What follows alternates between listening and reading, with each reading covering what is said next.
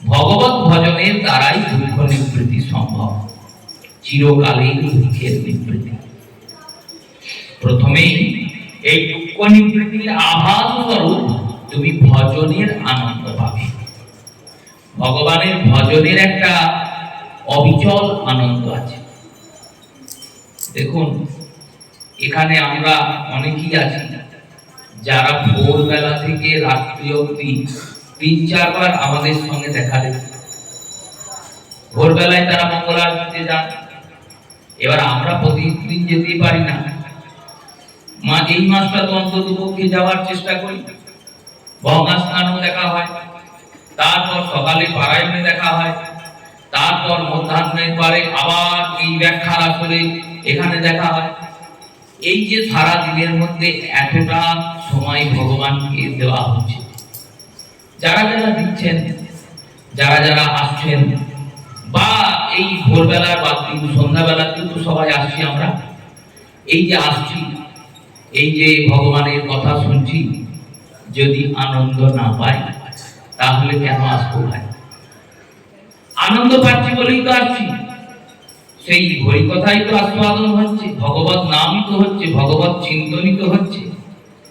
যে কথাগুলো শ্রবণ করা হচ্ছে সেগুলো কি একবারই আমাদের অজানা? বললো না, না, কিছুটা হলেও জানা। জানা কথা শুনতে কেন আসছি? জানা কথাও শুনে ভালো লাগে, আনন্দ লাগে। এই যে আনন্দের আভাস, এটি ভজন আনন্দের প্রথম প্রাপ্তি, কৃষ্ণ ভজনের প্রথম প্রাপ্তি। নামের আনন্দ যতক্ষণ না তুমি পাবে ততক্ষণ তো নামের রুচি জাগবে না। নামের আনন্দটা যেই পাবে অমনি ধীরে ধীরে নামে রুচি জাগবে। নামে যখন রুচি জাগবে তখন নামীকে পাওয়ার জন্য সচেষ্ট হবে। আর নামীকে পাওয়ার জন্য সচেষ্ট হলে আস্তে আস্তে তুমি একদিন নামীকে পেয়ে যাবে। যার নাম করছো, যার নাম শুনছো, তাকে পেয়ে যাবে। এই যে রুচিটা জাগলো, এই যে আসক্তিটা জাগলো, এইটার দ্বারাই ভজন হয়। কোন রকম লোভের দ্বারা হয় না, কোন রকম ভয়ের দ্বারা হয় না। গোবিন্দকে কেউ ভয় পায় না। গোবিন্দর কাছে কিছু চাইবে তো চাওয়া পাওয়ার আগেই গোবিন্দ বাইরে একটা সাইনবোর্ড লাগিয়ে দিয়েছে। এক ডাক্তার এখন ডাক্তারি করতে এসেছে, আর ডাক্তারি করতে এসে বাইরে সাইনবোর্ড লাগিয়েছে, আমার কাছে যে রোগী আসবে তার মৃত্যু নিশ্চিত। এর পরেও যদি তোমাদের ইচ্ছা হয় তাহলে সে ডাক্তারের কাছে রোগী যাবে না। ভগবান বললেন, তাই আমার যে ভজনা করবে, যে করে কৃষ্ণে আস, কৃষ্ণ করে তার সর্বনাশ। আমি তার সর্বনাশ করব। এই এত বড় কথা বললেন আমার আস করলে আমি সর্বনাশ করব। তুমি আমাকে ভজন করে আনন্দে থাকবো ভাববে, তোমার সুখানন্দের বৃদ্ধি হবে, তোমার ধন সম্পদের বৃদ্ধি হবে, তোমার ভোগের বৃদ্ধি হবে। হবে না। কৃষ্ণে আস করলে ভোগ কমে যাবে, ভোগের প্রতি রুচি থাকবে না, ভোগ লালসাটা কমে যাবে, দিন দিন কমতে থাকবে। যদি না কমে তাহলে জানতে হবে ভজনে কোথাও ত্রুটি হচ্ছে।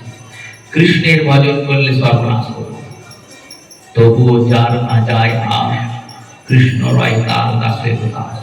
বললেন, এই সর্বনাশ করবেন জেনেও আমরা ভজনা করছি। হে প্রভু, সংসার সর্বনাশ করার থেকে তুমি আমার সর্বনাশ করো। সংসারের সর্বনাশ করে তো আমার কোনো লাভ হবে না, আমি সব হারাবো। আর তুমি যদি আমার সর্বনাশ করো না, তাহলে আমার সব প্রাপ্তি হয়ে যাবে। সর্বস্ব বন্ধন নাশম অতঃ সর্বনাশ। সর্বনাশ মানে কি বললেন? সমস্ত বন্ধনের নাশ করলেন। এই শ্রী ভগবানের ভজন আনন্দের প্রাপ্তি। লোভে কেউ কৃষ্ণ ভজন করে না ভাই, কারণ ভগবান আগেই বলে দিয়েছেন এখানে লোভের জায়গায় নেই। তুমি আমার কাছে যদি ধন চাও, যশ চাও, মান চাও, পদ চাও, পুত্র চাও, আমি কিছুই দিতে পারবো না। দুয়ার খুলে দিয়েছেন আগে, আমি কিছুই দিতে পারবো না। বললেন, তাহলে ভজনা করছি কেন? ইনি যা দেবেন ওনারা তা দেবেন। দেবীকে, দেবতাকে, এনাদেরকে চাইলে এনারা ধন, যশ, মান, সম্মান, পুত্র, সন্তান, কন্যা এগুলো দিতে পারেন, কিন্তু ওই দেবী দেবতা নিজেদের দিয়ে দিতে পারবেন না। আপনি যদি বলেন আপনাকেই দিয়ে দিন, দিতে পারবেন না। ভগবান কি বললেন? বললেন আমি ওই ধন, যশ, মান, পদ, প্রতিষ্ঠা দিতে পারবো না, কিন্তু আমাকে দিয়ে দিতে পারবো। আমি তোমার হয়ে যাব। কেমন হয়ে যাব জানো? কৃষ্ণ রয় তার দাসের দাস। তোমার যদি কোনো দাস থাকে না, আমি তার দাসত্ব করব। তোমার তো দাসত্ব করবই, তা তোমার যদি কেউ দাস থাকে তারও দাসত্ব। যারে দেখে তারে বলে দন্তে তৃণ ধরি, আমারে কিনিয়া লহ বল গৌর ধরি। নিতাই চাঁদের মতো তিনি বলবেন আমাকে কিনে নাও, আমি তোমার হয়ে যাব। একবার হরি বলো, একবার গৌর বলো, তাহলে তোমার। এই কৃষ্ণ ভজনের লোভের কোনো কর্ম নাই, লোভের কোনো স্থান নাই। ভয় হলো ভগবান কৃষ্ণকে দেখে কারুর ভয় পাবে, একটা ছোট শিশুরও ভয় পাবে না, এমনই তার রূপমাধুর্য। মহাপ্রভুকে দেখে, গৌরাঙ্গ সুন্দরকে দেখে কারুর ভয় লাগবে, একটা ছোট শিশুরও ভয় লাগবে না, এমন তার রূপ। এই কৃষ্ণ ভজনে ভয়ের কোনো স্থান নাই। কর্তব্য বুদ্ধি, বললো কর্তব্য বুদ্ধিতে কেউ কৃষ্ণ ভজন করে না। কারণ এখন কলিযুগ, আর কলিযুগের সন্ধ্যা হয়ে গেছে। প্রাতকাল তো নেই কলিযুগে। প্রাতকালে কিছুটা উজালা থাকে, কিছুটা রোদ উজ্জ্বল থাকে, কিছুটা সকাল থাকে, কিছুটা আলো থাকে। এখন তো কলির সন্ধ্যা চলেছে। সন্ধ্যা মানে সূর্য অস্তা চলে গিয়েছে, সূর্য মানে জ্ঞান, জ্ঞান অস্তা চলে। এখন সমাজের অধিকাংশ লোক কি কৃষ্ণ ভজনা করবেন? করবেন না। কেন করবেন না? কৃষ্ণ ভজন খুব কঠিন। প্রথমেই বাবা মুখ পালতে হবে, ওইখানে সমস্যা। তারপর দুদিন পর গুরুদেব বলবেন একাদশী করতে হবে, 3 দিন পর বলবেন অসৎ সঙ্গ ছাড়তে হবে। এত কিছু করে কি গোবিন্দ ভজন করা যায়? আর করে লাভ? ত্যাগ করতে তো আমরা চেষ্টবান হই না, ত্যাগ করতে আমাদের খুব পরিশ্রম করতে হয়। ভোগের জন্য আমাদের মন সবসময় লালায়িত, ত্যাগের প্রতি কিন্তু লালন পালন নাই। তাই কৃষ্ণ ভজন করতে সহজে সংসারের লোক অগ্রসর হয় না। কর্তব্য বুদ্ধিতে যদি কৃষ্ণ ভজন করে, কর্তব্য বুদ্ধিতে কেউ কৃষ্ণ ভজন করে না। অধিকাংশ কর্তব্য বুদ্ধিতে দেব দেবীর ভজনাই করবে, কৃষ্ণের ভজন কি করবে? করবে না। কৃষ্ণের ভজন লোভে হচ্ছে না, কামনায় হচ্ছে না, কর্তব্যে হচ্ছে না। দেবর্ষি নারদ বললেন কৃষ্ণকে ভজবে প্রেম করে। ভগবান প্রেম ও মূর্তি, প্রেমে গড়া বিগ্রহ।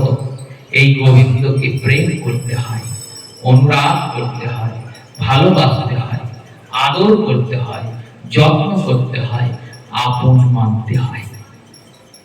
আপন মানবো কি করে?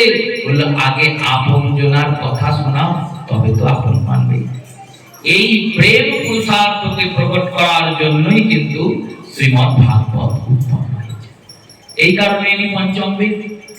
এই পঞ্চম বেদ এসে দান করলেন প্রেম। এই প্রেমের সুতোতে গোটা জগৎ বাঁধা। আর এই প্রেমাধুরময় কথাই শ্রী সুখদেব এই আস্বাদন করাচ্ছেন পরীক্ষিতকে। ব্রহ্মার জ্ঞান ছিল, প্রেম ছিল না। ব্রজে এসে জ্ঞানের যে দূষণগুলো ছিল সেগুলো অশ্রুপাত করে কেঁদে কেঁদে সব লুটিয়ে চলে গেল। গোবিন্দের চরণ থেকে তিনি প্রেম নিয়ে গেলেন। আর এই প্রেম নিয়ে গেলেন বলেই গৌর অবতারে প্রেম প্রাপ্তি করলেন হরিদাস। ব্রহ্মা পরিক্রমা করে চলে গেলেন।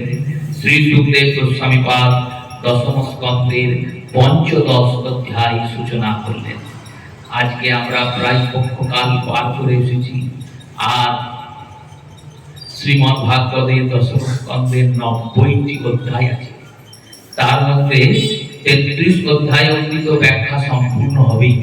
তারপরে বাকিটা একটু দ্রুততার সঙ্গে সম্পাদন করা হয়। কি করে পৌঁছাবো এখন গোবিন্দই জানেন। পঞ্চদশ অধ্যায় সবে শুরু হচ্ছে। পঞ্চদশ অধ্যায় শ্রীশুকদেব বর্ণনা করছেন। শ্রীশুক উবাচ তত পৌগণ্ড বয়স্রাশ্রিত ব্রজো ব্রজভূত পশুপাল সম্মত দায়শ্চরন্তি সখীভি শ্যামং পদর্বণং পুণ্যত চক্রতু। বললেন এরপরে বালকেরা পরের দিন ঘুম থেকে উঠলেন। এই পরের দিন ঘুম থেকে উঠলেন মানে 1 বছরের লীলা হয়ে গেছে। সবার বয়স এখন বেড়ে 6 বছর হয়ে গেছে। 5 বছর ছিল, 5 বছরে ব্রহ্মা হরণ করেছিলেন, আর 1 বছর পর ব্রহ্মা ফেরত দিয়েছেন। 1 বছরে সবার বয়সের ক্রম 6 বা তার ঊর্ধ্বে চলে গেছে। এনারা পৌমণ্ডে পড়েছেন। এই পৌমণ্ড লীলার আস্বাদন ভগবান সখাদের সঙ্গে সুন্দর পশুপালন করার জন্য, গোচারণ করার জন্য গোষ্ঠ সাজিয়ে বার হলেন। আর এই গোষ্ঠ সাজিয়ে যখন বেরিয়েছেন তখন দেখছেন আজকে বৃন্দাবনের শোভাটা অপরূপ আকার ধারণ করেছে। বৃন্দাবনের পুষ্পগুলি থেকে ভ্রমরেরা গুঞ্জন করছে, প্রতিদিনই করে, কিন্তু আজকে যেন একটু নিত্য নতুন ব্যাপার। আর এই ভ্রমররা এসে কি করছে? ভ্রমররা এসে কৃষ্ণের মালার কাছে গুঞ্জন করছে, বলরামের মালার কাছে গুঞ্জন করছে। পদকর্তা বলছেন চিকন কালা গলায় মালা, বাজায়ে নুপুর পায়, চূড়ার ফুলে ভ্রমর ভুলে 13 নয়নে চায়। বলেন গোবিন্দ যাচ্ছেন, কেমন করে যাচ্ছেন? চিকন কালা গলায় মালা, কালো রঙের কৃষ্ণ তো, আর গলাতে কি আছে? বললো মালা আছে। আর বাজায়ে নুপুর পায়, যখন যাচ্ছে নুপুর বাজছে পায়, রুনুঝুনু করে নুপুর বাজছে। আর চূড়ার ফুলে ভ্রমর ফুলে, চূড়ার যে ফুল, চূড়াতে যে পুষ্পমালার বেড়া মা যশোদা করেছেন যাতে চূড়াটা খুলে না যায়, যাতে খোপাটা খুলে না যায়, সেই চূড়ার ফুলে ভ্রমর ফুলে ভ্রমর গুনগুন গুনগুন করে ফুলছে। আর 13 নয়নে চায়, সোজা তাকাচ্ছে, কখনো টেরে টেরে বেঁকা দিকেও তাকাচ্ছে। এইরকম করে ভগবান যাচ্ছেন। বলরামেরও কানে গুনগুন করছেন। এই ভ্রমররা কারা তার পরিচয় শ্রী ভগবান নিজ মুখে দিচ্ছেন। ভগবান বলছেন শ্রী ভগবান উবাচ অহো আমি দেবস্য অর্চিতম পাদাম পূজত সন ফলার্পণম নমস্তু পাদায় শিখরাবদন্তি ত্রদবীচতম নচতকৃতম। ভগবান বলছেন দেখুন, এই জগতের সর্বশ্রেষ্ঠ, জগতের সর্ব উৎকৃষ্ট পরম পুরুষ বলভদ্র আমাদের মধ্যে আবির্ভূত হয়েছে। আর এই বলভদ্রের স্তুতিগান করার জন্য ভ্রমররা এসে বলরাম দাদার গুনগুন করে গান করছেন। এই ভ্রমররা কারা জানেন? বললে এই ভ্রমররা হচ্ছেন ঋষিগণ, মুনিগণ, যোগীগণ, যারা নিজের ঋষিত্ব, যোগিত্ব, দেবত্ব ত্যাগ করে এই বলভদ্রের গুণগান করবেন বলে এসেছেন। আমরা পরম সৌভাগ্যশালী, আমাদের মতো সৌভাগ্য কাউদের নেই। আমাদের রক্ষা করার জন্য দাদা বলরাম এখানে আছেন। এইরকম করে বলরামের প্রশংসা করছে। ভ্রমরদের কথাগুলি শ্রী ভগবান যথার্থ বলেছেন, বলরামের কথাগুলি যথার্থই বলেছেন। এই বলভদ্র তত্ত্ব নিয়ে আমরা অধিকাংশ আলোচনা করি না, কারণ কৃষ্ণ অবতারে বলরামের প্রকাশ অত অধিক নাই। এই বলরামের যতটা প্রকাশ গৌরবতারে হয়েছে ততটা প্রকাশ কৃষ্ণ অবতারে প্রয়োজন হয় না। এই বলরামকে বললেন, বলরাম হলেন 10 অবতারের মধ্যে নবম, অষ্টম অবতার। প্রথম অবতার কূর্ম, প্রথম অবতার মৎস্য, দ্বিতীয় অবতার কূর্ম, তৃতীয় অবতার বরাহ, চতুর্থ অবতার নৃসিংহ, পঞ্চম অবতার বামন, ষষ্ঠ অবতার পরশুরাম, সপ্তম অবতার রঘুপতি রাম, আর অষ্টম অবতার হলধর বলরাম। নবম অবতার বুদ্ধ, আর দশম অবতার কল্কি। এই অষ্টম অবতার বলরাম, এটি কখন আমরা জানতে পারলাম? বললাম জয়দেব জানালেন গীত গোবিন্দমে, কেশব ধৃত হলধর রূপ জয় জগদীশ হরে বললেন এই কেশব, এই ভগবান বিষ্ণু, ইনি হলধর রূপ ধরেছেন, সেই হলধর রূপধারী আমি। এই বলরাম আর কৃষ্ণে কোনো ভেদ নাই, যিনি কৃষ্ণ তিনি বলরাম, যিনি বলরাম তিনি কৃষ্ণ। যারা ভেদ করেন তারা পাষণ্ড। এই বলভদ্রের দ্বিতীয় রূপ হলো সংকর্ষণ। এই সংকর্ষণ স্বয়ং মহাদেবের গুরুদেব। ভগবান মহাদেব এই সংকর্ষণ দেবের কাছ থেকে বিষ্ণু মন্ত্র, গোপাল মন্ত্র, মন্ত্ররাজ অষ্টাদশ অক্ষর গোপাল মন্ত্র গ্রহণ করে জপ করেছিল। এই সংকর্ষণ আমাদের চিত্তের দেবতা। অন্তর্চতুষ্টয়ের চক্রে যে অন্তঃকরণ, এই চারটি অন্তঃকরণে চারজন দেবতা বিদ্যমান আমাদের দেহের মধ্যে। অহংকারের দেবতা হলেন মহাদেব, ইনি শিব, অহংকারকে নাশ করার জন্য অহংকারে বসে আছে।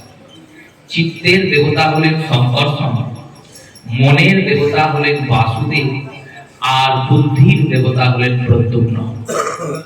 চতুর্ভুজ অবতারে বৈকুণ্ঠের চারদিকে চারজন অবস্থান করেন। তো এই চারদিকে চারজনের মধ্যে একদিকে বলরাম অবস্থান করেন রেবতীর সঙ্গে, একদিকে প্রদ্যুম্ন অবস্থান করেন রতির সঙ্গে, একদিকে অনিরুদ্ধ অবস্থান করেন উষার সঙ্গে, আর একদিকে বাসুদেব অবস্থান করেন রুক্মিণীর সঙ্গে, আর মধ্যস্থানে শ্রী মহাবিষ্ণু মহালক্ষ্মীর সঙ্গে অবস্থান করেন। এই চতুর্ভুজ অবতারই গোলক বৃন্দাবনের চতুর্দিকে অবস্থান করেন। এনারা শান্ত রসের ভক্ত স্বরূপ, শান্ত রসের ইষ্ট স্বরূপ। এই বলভদ্রের ভজনা করলে কি হয়?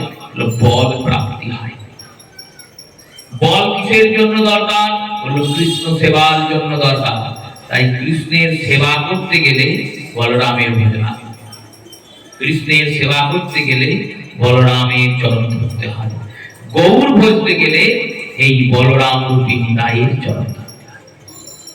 আমাদের পূর্বে গৌরবঙ্গে গৌরাঙ্গের পার্ষদ বৃন্দের মধ্যে নিতাই গৌরের ভজনার প্রসিদ্ধি অধিক ছিল না।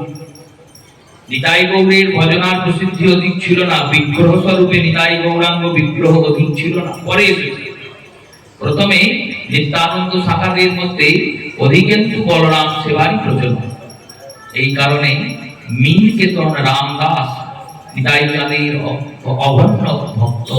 এই নীলকেতন রামদাসের সেবিত বলরাম, নীলকেতন রামদাসের সেবিত বলরাম তিনি চলে এলেন কণ্টক নগরে দাস গদাধরের সেবিত মহাপ্রভুর পাশে বসতে।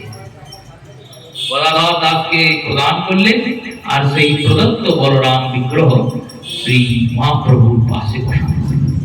কিন্তু বলরাম রূপে সেবা হচ্ছে না। সেবাটা কেমন রূপে হচ্ছে? নিতাই রূপে হচ্ছে। কারণ যিনি বলাই তিনি নিতাই, যিনি টানাই তিনি নিমাই। ব্রজেন্দ্র সুত ছিল যেই, শচী সুত হলো সেই, বলরাম হইল নিতাই। বলভদ্র রূপে বসন্তকালীন রাসলীলায় বলরাম বংশী ধাবন করেছিলেন।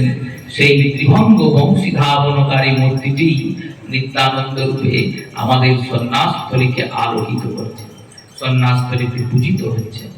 এছাড়াও অনন্য বলরাম বিগ্রহ আমাদের আনাচে কানাচে আছে। এই পাড়াতে একটি বলরাম মন্দির ছিল পূর্বে, এখনো আছে। বলরাম নেই, মন্দিরটা পড়ে আছে। সেই বলরাম মাঝি গ্রামে আছেন। সুদপুরে, খালিপি সুদপুরে রেবতী বলরাম আছেন। অনতি দূর কানাই ডাঙাতে ছোট বলরাম, বড় বলরাম, দুই বলরাম আছে। এই দ্বীপে বলভদ্রের সেবা। কেন এই সেবা? বললেন বলভদ্রের সেবা করলে সেবাতে বল পাওয়া যায়। এই বলরাম মের স্তুতি ভগবান করছেন। কেন করছেন? দুটি কারণে করছেন। একটি কারণ, ভক্তের স্তুতি ভগবান করে আনন্দিত। ভগবান স্তুতি করে যেমন ভক্তরা আনন্দিত হয়, ব্রহ্মা ভগবানের স্তুতি করে গেলেন, তেমনি ভগবান ভক্তদের স্তুতি করে প্রসন্ন করে আনন্দিত হন। এই কারণে বলরামের স্তুতি করেন। কখনো সুযোগ পেলে উদ্ধবজি স্তুতি করেন, কখনো অর্জুনের স্তুতি করেন, কখনো সুযোগ পেলে যদি কারু স্তুতি না করতে পান, রাধারানীকে বলেন তুমি মান করে বসো, আমি খানিক তোমার স্তুতি করি। ভক্তের স্তুতি করতে ভগবান ভালোবাসেন। আর ভক্ত তো সেবা অভিলাষী, তাই ভক্ত ভাবে ভগবান যখন আনন্দ পাচ্ছেন, করুক আমার স্ত্রী করুক খালি, এই একটি কারণ। আরেকটি কারণ কি? আরেকটি কারণ আমরা একটু পরে আসবো। বলরামকে কেন এত স্তুতি করা হচ্ছে? এখানে শ্রী বিশ্বনাথ চক্রবর্তী পাদ রসিকতা করে বললেন, স্তুতি কিন্তু খুব খারাপ জিনিস। যা স্তুতি করা হয় তাকে দিয়ে কোনো কার্য সিদ্ধ করার সময় আসে, এই কার্য সিদ্ধির জন্য তার স্তুতি করা হয়। বলরামের স্তুতি যখন ভগবান করছেন, নিশ্চয়ই বলরামকে দিয়ে ভগবান কোনো কার্য সিদ্ধি করাবে। বলরামের এইরকম স্তুতি হচ্ছে, সখারা যাচ্ছেন বলরাম আর কৃষ্ণ মাঝখানে, আগে আগে গাভীর দল যাচ্ছে, পিছনে সখারা যাচ্ছে। ভাদ্র মাসের সময়, শ্রাবণ ভাদ্রের সময়, বলরাম দাদার জন্মদিনের ঠিক আগের দিন এই ঘটনা ঘটছে।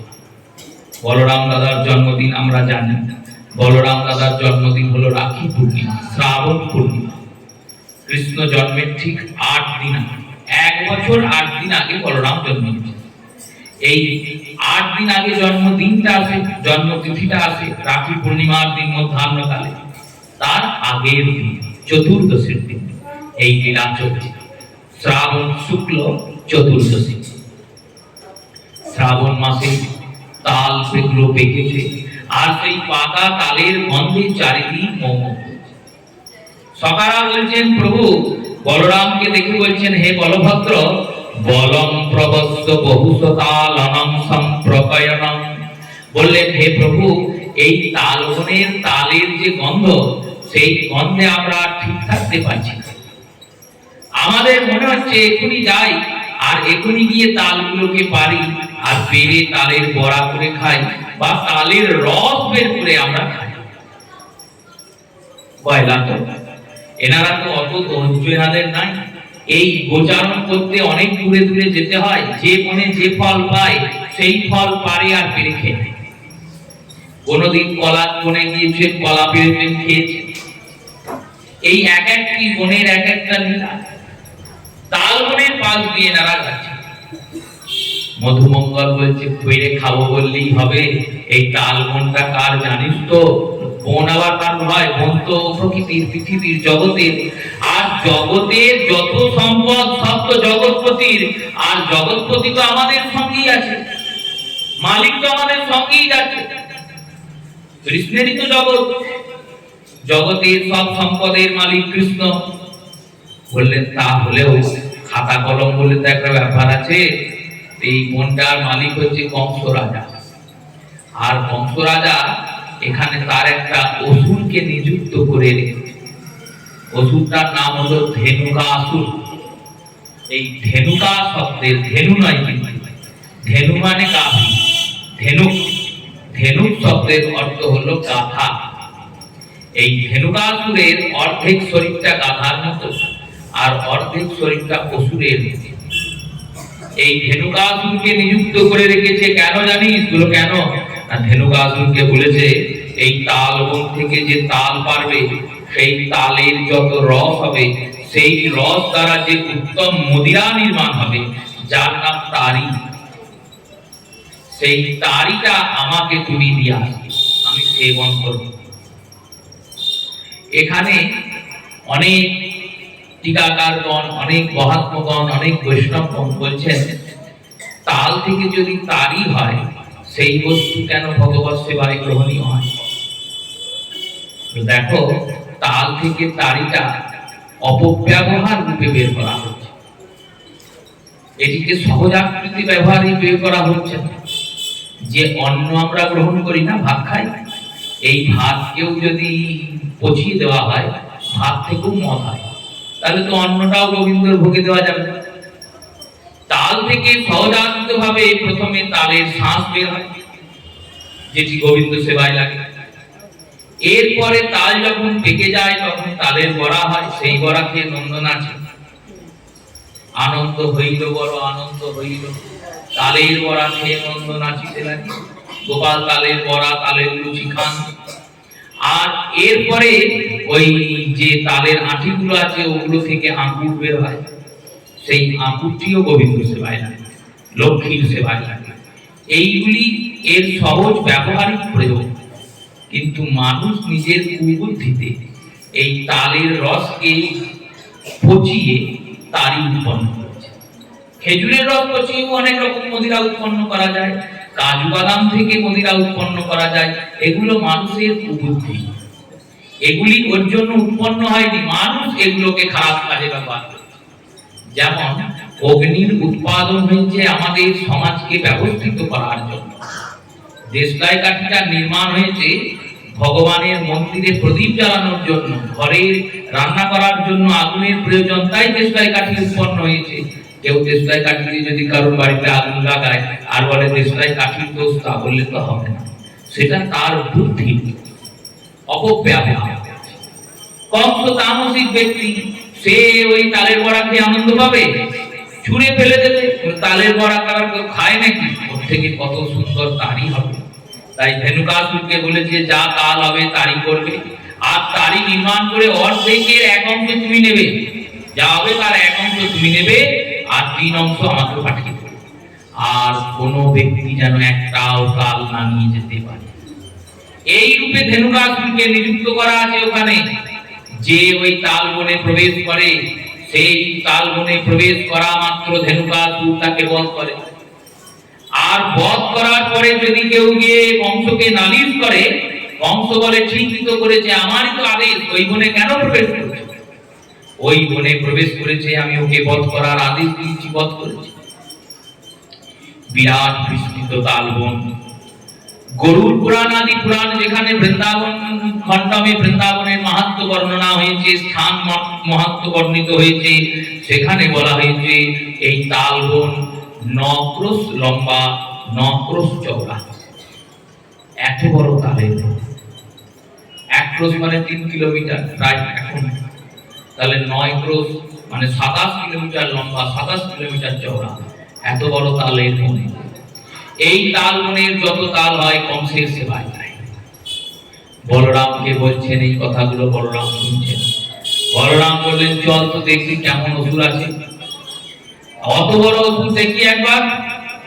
কৃষ্ণ তো এতজনাকে বধ করেছে, আমাকেও তো একটা দুটোকে বধ করতে হবে, আমারও তো নামটা থাকতে হবে একটু। কৃষ্ণ না হয় 10টাকে মারলো, আমি তো একটাকে মারবো, চল। এই বলে বলরাম দাদা প্রবেশ করেছেন। দেখছেন অনেক উঁচুতে তাল গাছে, তালগুলো একবারে পেকে বসে আছে। কেউ কেউ পড়ার জন্য অপেক্ষাই করছে, কিন্তু পড়তে পারছে না। কেন পড়ছে না? তাল তো সহজেই পেকে গেলে পড়ে যায়, এটা তো তালের স্বভাব প্রকৃতি। তাল গাছের নিয়ম কি? তাল গাছের তলায় যখন তাল পাকার সময় হয় শুতে নাই।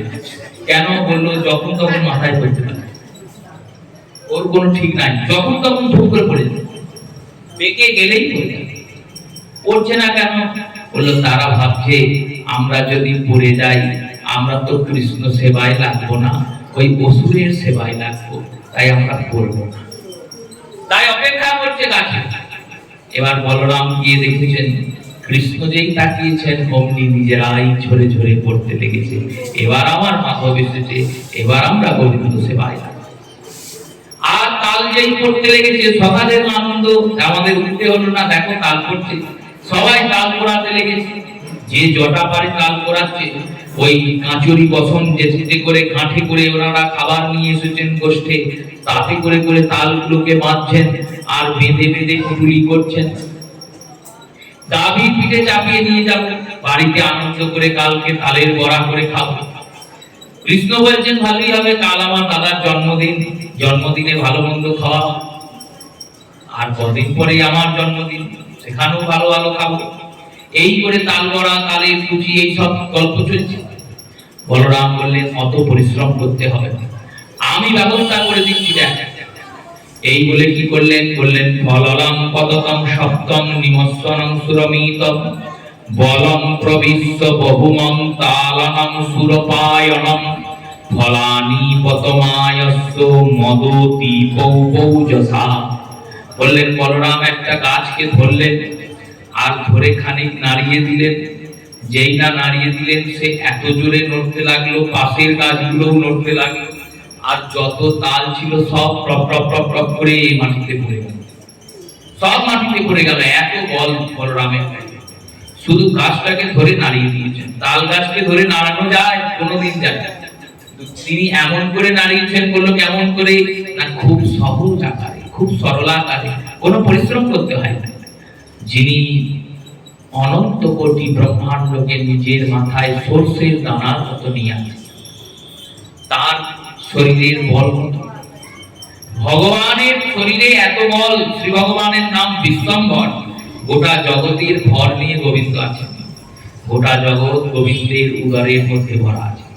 সেই ভগবান এই অনন্ত নাগের কোলে শুয়ে আছে। তাহলে অনন্ত নাগের বলটা কতটা! কৃষ্ণকে ধরে আছেন এনার এত বল। এই বলের আধিক্যের জন্যই তো এনার নাম বলরাম। না হলে তো এনার মূল নাম রাম। গর্গাচার্য তো তাই বলেছেন, বললেন এনার নাম রামই হবে, কিন্তু বলের আধিক্যের জন্য এনাকে সবাই বলরাম বলেই ডাকে। বলরাম দাদার ওই ফল করার আওয়াজ হয়েছে, ধূপধাপ ধূপধাপ করে বিশাল আওয়াজ। একসঙ্গে ওই অত বড় বনের যদি সব তাল গাছ থেকে তাল করতে লাগে, তাহলে তার কত ধ্বনি হবে। ধেনুকাসুর ঘুমাচ্ছিল, ঘুম ভেঙে গেছে। ফলনাং পততং শব্দ নিসম্য সুর সভাস্বদ আভবৎকিতিতলং সমনং পরিকম্পনাম। আর এই শব্দ শুনে সেই রেগে মেগে ছুটতে ছুটতে তীব্র ধাবন করে খুরের তারা পৃথিবীকে মন্থন করতে করতে, পৃথিবীর ওপর খুর রেচন করতে করতে, খুর দিয়ে আঁচড় কাটতে কাটতে ভয়ঙ্কর ধ্বনি তুলে সেই ধেনুকাসুরের আগমন হয়েছে। ধেনুকাসুর এসে বলছে, এই শিশুগণ, হে বালকগণ, তোমরা এই রকম উৎপাত কেন করছো? জানো না এই বনটি আমার অধীনে থাকে? এই বন মথুরাধীশ কংস রাজার বন। তোমরা এসেছো আমার অজান্তে, আমার নিদ্রার ছলে উপস্থিত হয়েছো, তাল পেরেছো, তালগুলোকে রেখে চলে যাও, তোমরা প্রাণে বেঁচে যাবে। তোমরা শিশু, আমি যদি এই বালকদের বধ করি, লোকে আমার যশকে হানি করবে, বলবে ছোট ছোট ছেলেগুলোকে মেরেছি, তাই তোমাদের মারবো না, তোমাদের আমি করুণা করে ছেড়ে দিলাম, যাও চলে যাও। এই এত বড় ভাষণ দিয়েছে ধেনুকাসুর। এই ভাষণ দেওয়ার পর বলরাম দাদা বলছেন, তুমি যে বললে এই বনটা তোমার অধীনে, তা হে ধেনুকাসুর, তুমি যখন জন্মাওনি তখন কি এই বন ছিল না? বললেন হ্যাঁ ছিল। তুমি যখন মরে যাবে তখন কি এই বন থাকবে না? বললো হ্যাঁ থাকবে। তাহলে তোমার অধীনে কি করে হবে? আরে তুমি তো মৃত্যুর অধীনে, তাহলে তুমি অধীন হয়ে কাকে আবার অধীন করবে? অধীন ব্যক্তি কোনোদিন কাউকে অধীন করতে পারে না। যে কারুর পরাধীন, সে কাকে কি পরাধীন করবে? তুমি কংসের অধীন, কংস মৃত্যুর অধীন, আর জগৎ ভগবানের অধীন। তাই জগতে যদি কোনো বস্তুর কোনো অধীনতা থাকে, জগতে কোনো বস্তু যদি কারুর হয়েই থাকে, তার জগৎপতির। আর জগৎপতিকে জানো? বলেন কে? বলে এই যে আমার সঙ্গে দাঁড়িয়ে আছেন, বাঁশি বাজাচ্ছেন, ইনি জগৎপতি। তাই এনারই বোন। আর এনার বোনে তুমি এতদিন খুব পরের জায়গায় বাহাদুরি করেছো, নিজের মালিক চলে এসেছে বাবা, তুমি মানে মানে কেটে পড়ো, তাহলে তোমার প্রাণটা বাঁচবে। আর যদি না কাটো, তাহলে তোমার মুক্তি আজ নির্ধারিত। ধেনুকাসুর বললেন, ছোট ছোট ছেলে হয়ে এত বড় বড় কথা! আমার ভয়ে কেউ বনের পাশ দিয়ে যায় না, আমার ভয়ে সবাই তটস্থ হয়ে থাকে, আর তুমি কিনা বলছো আমাকে এইরকম করে আমাকে ভয় দেখাচ্ছ। ধেনুকাসুর ভগবান বলরামের দিকে উদ্যত হয়ে ছুটলেন। বলরাম দাদাও ছুটলেন। দুজনের মধ্যে ঘোর যুদ্ধ হলো। যুদ্ধ হওয়ার পর ধেনুকাসুরের সামনে দুটো পাকে ধরে বলরাম দাদা এক ক্রোশ দূরে ছুঁড়ে ফেলে দিল। এই এক ক্রোশ দূরে ছুঁড়ে ফেলে দেওয়ার পর ও আবার উঠে মেটে চলে আসবে। পশুকে যতক্ষণ না আপনি দণ্ড দেবেন, ততক্ষণ দেখবেন পশু তার পাশবিক আচরণ কিছুতেই ছাড়ে না। কিছু পাশবিক আচরণ কিছুতেই ছাড়ে না। এক রাজা ছিল, তার একটা বাঁদর ছিল, পোষা বাঁদর। সেই বাঁদরটা করতো কি, প্রত্যেক দিন একটা গোলাপ ফুল নিয়ে এসে রাজাকে দিত। রাজসভায় গিয়ে রাজা বসতেন, আর ওই বাঁদরটা গোলাপ ফুলটা গিয়েছে রাজার পায়ে দিতেন। যেই না দিতেন অমনি রাজা একটা লাঠি নিয়ে বাঁদরটাকে দুঘা মারতেন সবার সামনে, আর বাঁদরটা মার খেয়ে পালিয়ে। এই ঘটনা প্রতিদিন হয়। এক মন্ত্রী বলছে, মহারাজ ও বেচারা নির্বোধ অবলা, ওকে অমনি করে মারেন না, আপনি মেরেন না। রাজা বললেন, বেশ বেশ, মারবো না। এবার পরের দিন গিয়েছে, বাঁদরটা ফুলটা দিয়েছে। রাজা আগের দিন বলেছে মারবো না, ওই কারণে মারেন নাই। কি হয়েছে? বাঁদরটা দেখছে মারছে না তো, তাই পায়ের তলায় বসেছে। আবার পরের দিন গিয়েছে, ফুল দিয়েছে, আজকেও রাজা মারেনি। এবার মারেনি বলে বাঁদরটা একটু সাহস পেয়ে গেছে, আর সাহস পেয়ে রাজার কোলে উঠে বসেছে। এবার তৃতীয় দিন হয়েছে, তো তৃতীয় দিনে বাঁদরটা গিয়ে ফুলটা দিয়েছে, আজকেও রাজা মারেনি, আজকে রাজার ঘাড়ে উঠে বসেছে। চতুর্থ দিন হয়েছে, চতুর্থ দিনে ফুল দিয়েছে, আজকেও মারেনি। এবার আজকে যখন মারেনি তখন রাজার মাথায় উঠে বসেছে, আর রাজা তাকে নামিয়ে 4 দিনের গুনে গুনে 8 বেদ মেরেছে। এই কারণে আমি বেদ মারি। এই শাসনম জয়াতে তং পশুম, পশুদের মধ্যে বিবেক থাকে না। এই বিবেক না থাকার জন্য পশুরা অবিবেকীর আচরণ করে। এই অবিবেকীর আচরণ যাতে না করে, তাই মানুষের উচিত তাকে শাসন করা। দেখবেন এখন অনেকেই জীবে দয়ার নাম করে কুকুর পুষছেন। ক্ষতি পোষার পরে সেই কুকুর আর ঠাকুর এক হয়ে যাচ্ছে, মানে হলো কুকুর ঠাকুরের ঘরে গিয়ে বসে থাকে। বহু স্থানে দেখি। এটি কেন হয়েছে? হলো ওই শাসনের অভাবে। যদি তাকে শাসন করত, সে ভয়ে ঠাকুর ঘরে ঢুকত। এই ধেনুকাসুরকে বলরাম বলছেন, তুমিও পশু তো, অর্ধেকটা গাধা আর অর্ধেকটা অসুর, তাই বাস্তবিক বুদ্ধি তোমার মধ্যে আছে। তোমাকে কেউ শাসন করেনি, তাই তুমি এত উদ্দণ্ড হয়েছ। তোমাকে খানিক শাসন করতে হবে। ছুঁড়ে ফেলে দিলেন এক ক্রোশ দূরে। এক ক্রোশ দূরে যেই ছুঁড়ে ফেললেন, ও বেটা উঠে আবার বলরামের সঙ্গে লড়াই করতে।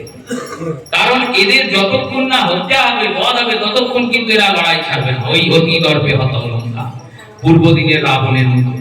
সবকিছু জানি, কিন্তু সীতাকে দেখি না।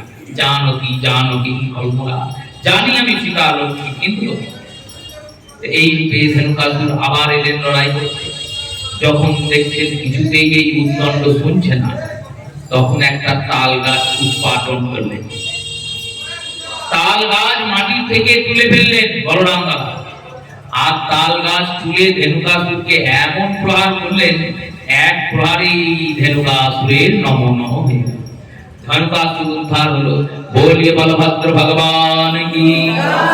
ধেনুকাসুরকে মোচন করলেন। সবাই জয়ধ্বনি করলেন, সবাই পুষ্প বর্ষণ করলেন। তাল মনের যত তাল ছিল মনের আনন্দে উঠে উঠে সখারা সব নিলেন, আর নিয়ে মনের আনন্দে বাড়ি। রাত্রে বেলায় সবার বাড়িতে তালের লুচি, তালের বড়া, তালের মালপোয়া, তালের ক্ষীর সব হচ্ছে। অত তাল কি করবে? 9 ক্রোশ লম্বা, 9 ক্রোশ চওড়া, অত বড় তালবন। আর কে বলে দিলেন সকারা, কাল থেকে তালবনে যাবে, যা পারবে তাল ফিরে আনবে, কেউ তোমাদের আটকাবে না। কেন? ওই কংসের যে রক্ষী ছিল, ওকে বলরাম দাদা মেরেছে, ওকে বলরাম দাদা হত্যা করেছেন, বধ করছেন। ধেনুকাসুরের ভয় থেকে আমরা দেখতে চলে গেছি। পরের দিন সকালবেলা হয়েছে, আজকে বলরাম দাদার জন্মদিন। কৃষ্ণ ঘুম থেকে উঠেছেন, উঠে একটা ফুলের স্তবক সাজিয়েছেন। সুন্দর পুষ্প স্তবক সাজিয়ে বলরামের পালঙ্কের কাছে গিয়ে দাঁড়িয়ে আছেন। বলরাম চোখটা খুলেছেন। প্রতিদিন বলরাম চোখ খুলেন, চোখ খুলে চোখটাকে বুঝে রেখে দেন। চোখটাকে বুঝে অন্ধের মতো ছুটতে ছুটতে গোপালের ঘর যান। গোপালের ঘরে গিয়ে গোপালের মুখটা দেখেন, তবে চোখটা খোলেন। এতটাই তিনি কৃষ্ণ সেবক। কিন্তু আজকে যেই না ঘুম থেকে উঠেছেন, এমনি তো উঠছেন না, অনেকক্ষণ কৃষ্ণ দাঁড়িয়ে আছে। যখন উঠছেন না, তখন কৃষ্ণ বলরামের চরণটা ধরে, দেখুন ভক্ত বৎসল, ভক্তের চরণ ধরে ভগবান ডাকছেন, ও দাদা উঠো, ও দাদা উঠো, ভোর হলো তো। এই ভাইয়ের গলা শুনে বলরাম দাদা চোখ খুলেছেন। চোখ খুলেই গোবিন্দ বদন দর্শন। ভাবছেন, আহা ভগবান কত করুণাময়, দেখো আমি প্রতিদিন তাকে দেখতে যাই বলে তিনি কৃপা করে জন্মদিন, আজকে তো আমার জন্মদিনে উপহার দিতে হয়, উপহার দেবেন বলে তিনি এসে আমাকে দর্শন দিয়েছেন। বলরাম উঠেছেন, কৃষ্ণ প্রণাম করেছেন, প্রণাম করে পুষ্পস্তবকটা দিয়েছেন হাতে, এটা আমি নিজে তৈরি করেছি, এটা তোমার জন্মদিনের উপহার। এখনকার মতো তো তখন উপহার কিনতে পাওয়া যেত না, তখন তো এইরকম করে উপহার নির্মাণ করা হতো, যে সামান্য সামান্য উপহার, কিন্তু এই সামান্যের মধ্যে কতটা প্রেম লুকিয়ে আছে, নিহিত হয়ে আছে। সেই প্রেমভর্তি উপহারটি দিয়েছেন বলরাম। বলরামের মন খুব প্রসন্ন হয়েছে। যশোদা মা, রোহিণী মা বলরাম কৃষ্ণকে বলছে, বলাই কানাই যাও স্নান করে নাও গা, আজকে তোমার জন্মদিন, স্নান করে গোবিন্দের পরমান্ন সেবন করে তারপর গোষ্ঠে যাও। স্নান আদি করেছেন দুই ভাই। এবার দুই ভাই স্নান আদি করে, ইনি পীত বসন, উনি নীল বসন, দুজনে দুই বসন করেছেন। আর বিরাট মা যশোদার রন্ধনশালাতে দুইজনে পীরের উপরে বসেছেন, একদিকে নন্দ বাবা বসেছেন। মা যশোদা সবাইকে খাদ্য পরিবেশন করেছেন। মা রোহিণী বলরামকে পরমান্ন খাওয়াচ্ছেন, পায়েস খাওয়াচ্ছেন, ছেলের জন্মদিন তো আজ।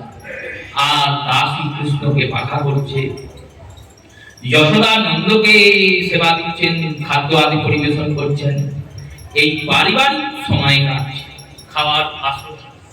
কৃষ্ণ বলছেন, জানো মা, কালকে একটা বিরাট কাণ্ড হয়েছে। বলছেন, কি কাণ্ড হয়েছে? কালকে আমার বলরাম দাদা একটা বিশাল কাজ করেছে। বলরাম ভাবছেন হয়তো কালকের কথাটা সবাইকে সবিস্তারে বলবেন। বলরাম বলছেন, ওইরকম কিছু ব্যাপার নয়, করেছে একটুখানি, কিছু একটু করেছে। না না, কালকে বিশাল কাজ হয়েছে।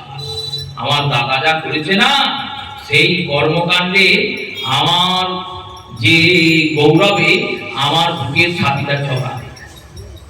কি করেছে বলরাম? রোহিণী কৌতুক হয়ে জিজ্ঞেস করছেন, কি করেছে? নন্দ বলছেন, কি করেছে? কি যশোদা বলছেন, কি করেছে রে বল। না, তোমরা বললে হয়তো রাগ করবে, সেই জন্যই বলি নাই। না না, রাগ করবে না। কালকে গোটা ব্রজকে রক্ষা করেছে বলরাম। কার থেকে রক্ষা করেছে? কি এমন কাজ করেছে? আমাদের সবার গৌরব বৃদ্ধি করেছে। এইরকম করে স্তববাক্য বলছেন বলরাম। হ্যাঁ বুঝলাম, কি কি করেছে তা কি বলতে হবে তো? বলরাম বলছে, বেশ বেশ, তুই এত যখন বলছিস বলেই দে। দাদা বলে দেবো তো? বলে হ্যাঁ। তিনি ভাবছেন বলবে কালকে বলরাম অসুর বধ করেছে। কৃষ্ণ কি বলছেন? কৃষ্ণ বলছেন, কালকে বিশাল গৌরবের কাজ করেছে দাদা। বলো কি কাজ করেছে শুনি। কালকে দাদা, হ্যাঁ দাদা কি? দাদা গাধা মেরেছে। অসুর মেরেছে বলছেন নাকি? দাদা গাধা মেরেছে। তো গাধা মেরেছে, সবাই হাসছে। গাধা মেরেছে, আবার কোনো বড় কাজ হলো? গাধা কিন্তু সবাই মারতে পারে। এমনিতেই তো পশুদের মধ্যে একটা নিগৃহীত পশু, বুদ্ধিহীন পশু। ওর একবারই বুদ্ধি নাই, তাই মানুষের যখন নির্বোধ হয় না, তখন ওই নির্বোধ মানুষকে গাধার সঙ্গে তুলনা দেওয়া হয়, যে ওর তো কোনো বুদ্ধি নাই। আর সেই গাধা মেরে একবারে বিরাট কাজ করেছে। সবাই খুব হাস্য পরিহাস উপহাস করেছে। বলরাম খুব ক্রুদ্ধ হয়ে গেছে, লজ্জিত হয়েছে। বললেন, তুই আমাকে এরকম করে সবার সামনে অপমান করলি, যা, আমি আজকে তোর সঙ্গে গোষ্ঠে যাবই না। কৃষ্ণ বললেন, এই জন্যই তো আমি করলাম। মনে মনে ভাবলেন, এই কারণেই কিন্তু এই ভগবান লীলাটি করছেন গতদিন থেকে, যে আজকে দাদাকে নিয়ে যাওয়া যাবে না, কারণ আজকে একটি বিশেষ কার্য আমায় সাধন করতে হবে। ভগবান কৃষ্ণ সকালের সঙ্গে গোচারণে গেলেন। আর গোচারণে গিয়ে আজকে যমুনার কুলিনে সকালের সঙ্গে কুন্দক লীলা করছেন। কুন্দক মানে বল খেলা করছেন। আর এই খেলা খেলতে খেলতে সকালের জলতৃষ্ণা পেয়েছে। সকারা বলছে, কৃষ্ণ পিপাসাতে বুক ফেটে যাচ্ছে, একটু যমুনার জল খেয়ে আসে। ভগবান বললেন, যা খেয়ে আয়। সকারা গিয়ে জল খেয়েছে, বৎসরা জল খেয়েছে। জলে বিষ মেশানো ছিল, সেই বিষ জলে সকারা সব মরে গেছে। কৃষ্ণ দেখছেন অনেকক্ষণ আসছে না সখারা, কি ব্যাপার? ভগবান গেলেন, গিয়ে দেখলেন সখারা সব শুয়ে আছে, নিদ্রিত। ভগবান নিজের যোগমায়া দ্বারা সেই সখাদের নিদ্রা ভগ্ন করলেন, সখাদেরকে চেতনাবান করলেন। সখারা যখন চেতনাবান হলেন, সখারা চেতনাবান হওয়ার পর ভগবান বললেন, কি করে তোদের এই অবস্থা হলো? বলল, এই জল খেয়ে। শ্রী মহারাজ পরীক্ষিত বললেন, প্রভু জল খেয়ে এরকম হলো কেন? না, সুখদেব গোস্বামী পাদ বললেন, এই জলে একজন ভয়ঙ্কর নাগ থাকে, এর নাম কালীয়। এই কালীয় নাগ বিষের পরিমাণ বৃদ্ধি করে সেই বিষকে জলের মধ্যে মিশিয়ে আর এতটাই বিষাক্ত করে দিয়েছে যমুনার এই স্থানটি।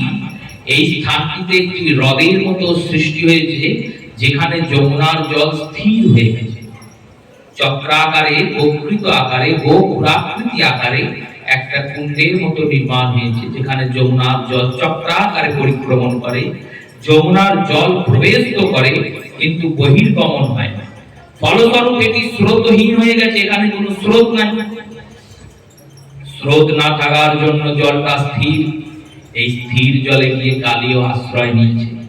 গরুড়ের থেকে বাঁচার জন্য কালীয় বৃন্দাবনে গিয়ে আশ্রয় নিয়েছে। আর এই জলের যত যে জলজ প্রাণী ছিল সবাইকে ভক্ষণ করেছে, তাতেও তার লোভ মেটেনি। সে চিন্তা করেছে, এইভাবে প্রতিদিন জীবকে শিকার করে ধরে খাওয়ার থেকে যদি আমি জলে বিষ মিশিয়ে দিই, যেই জল খাবে সেই মরে যাবে, তাকে আমি ধরে ধরে খাবো। এই করে সে জলে বিষ মিশিয়েছে। আর জলের থেকে এমন বিষধূম্র ওই দহের উপর থেকে ওঠে, বললেন, বিহগা পতিতাং ফলং যাবৎ পতিত। বিহগাগুলি, ওই পক্ষীকুলগুলো যখন ওই হ্রদের উপর দিয়ে উড়ে যায়, তখন গাছ থেকে যেমন টপ টপ করে ফল করে, সেই রকমই পাখিরা ওই বিষধূমে, ওই বিষের জ্বালাতে জ্বলিত হয়ে ওই সরোবরে, ওই পুকুরে টপ টপ করে পড়ে যায়। এইরকম ঘোর কালী। ভগবান চিন্তন করলেন, এবার কালীয়কে শাসন করতে। এই সমস্ত কৌতুক লীলাটি গোবিন্দ করলেন কেন? করলেন এই কারণে, বলরাম যদি আসেন, তিনি অনন্ত না।